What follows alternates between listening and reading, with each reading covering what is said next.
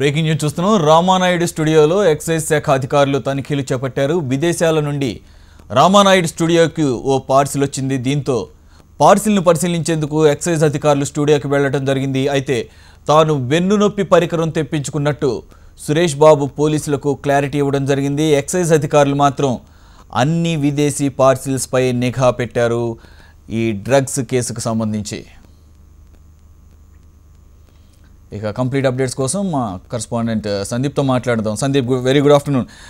సందీప్, గత నెల రోజులుగా హైదరాబాద్లో డ్రగ్స్ కేసు యొక్క సంచలనం చూసాము. ఆ నేపథ్యంలోనే నిన్నటి వరకు కూడా సినిమా తారల్ని, సినిమా నటుల్ని విచారించడం కూడా చూసాం. ఈ నేపథ్యంలో విదేశాల నుంచి పార్సిల్ వచ్చినటువంటి రామానాయుడు స్టూడియోకి ఎక్సైజ్ అధికారులు వెళ్ళిన నేపథ్యంలో పార్సిల్లో ఏముందని చివరికి ఒక నిర్ధారణకు వచ్చారు. Complete updates please.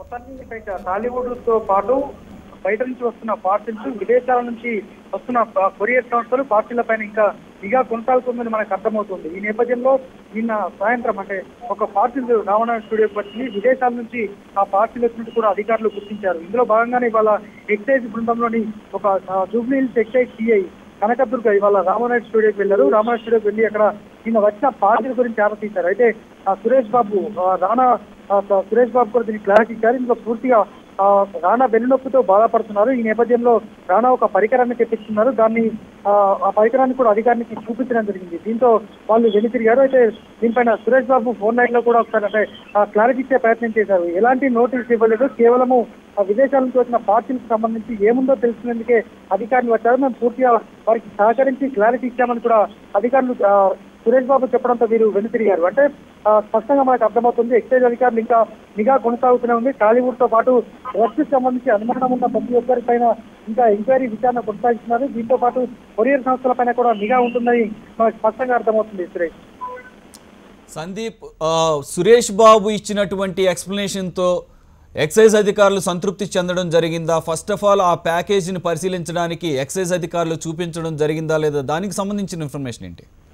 అంటే సురేష్ బాబే చెప్పారు, ఆ పార్టీకి సంబంధించి విదేశాల నుంచి వచ్చింది, దాన్ని అందులో ఏముందన్న కోణంలోనే సిఐ కనకదుర్గ వెళ్లారు. కానీ సురేష్ బాబు అప్పటికే వారి వద్ద ఉన్న పార్టీని చూపించడము, అది వెన్నునొప్పికి సంబంధించిన ఒక పరికరం, రానా వెన్నునొప్పితో బాధపడుతున్నందున దాన్ని తెప్పించడం జరిగిందని ఆయన క్లారిటీ ఇవ్వడంతో అధికారిని వెనుదిరిగారు. అయితే కేవలం అంటే ఇప్పటి వరకు నిన్నటి వరకు విచారణలు కొనసాగి ముగిసింది. ఇప్పుడు అయినా కూడా ఇంకా ఇప్పుడు ప్రస్తుతము ఎక్సైజ్ శాఖ మనకు అర్థమవుతోంది, ఇంకా విదేశాల నుంచి వస్తున్న పార్సల్స్ తో పాటు కొరియర్ సంస్థల్లో వస్తున్న పార్సల్స్ ఏంటి, అలాగే విదేశాల నుంచి తెప్పించుకుంటున్నవి ఏంటి, ఎక్కడెక్కడికి వెళ్తున్నాయన్న కోణంలో ఎక్కువగా ఎక్కడికి వెళ్తున్నాయి, ఇలాంటి కోణంలో ప్రస్తుతం సందీప్ ఆగస్టు 2 తర్వాత సెకండ్ లిస్ట్ ఆఫ్ ఎంక్వైరీ చేయాల్సిన వాళ్ళ పేర్లు కూడా త్వరలోనే ఎక్సైజ్ శాఖ బయట పెడుతుందని చెప్పేసి వస్తున్న వార్తలు వస్తున్న నేపథ్యంలో ఈ పర్టికులర్ ఇన్సిడెంట్ని ఎలా చూడాలి? ఏమన్నా దగ్గుబాటి ఫ్యామిలీ కూడా ఈ పర్టికులర్ ఇష్యూలో ఏమన్నా భాగం పాల్పంచుకుందని అనే సందేహం ఏమైనా వచ్చిందనుకోవచ్చా వాళ్ళకి?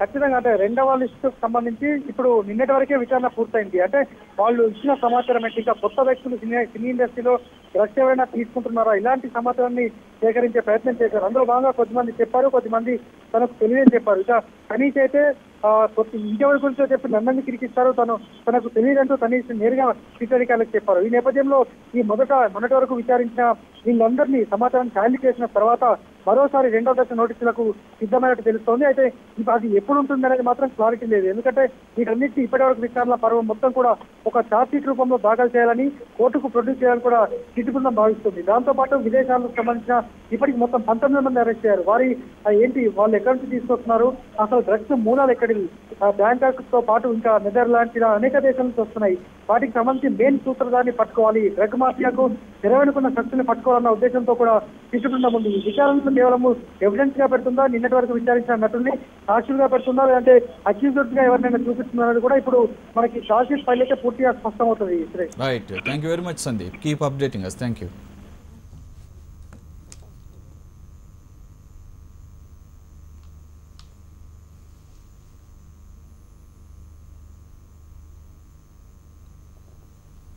ఇక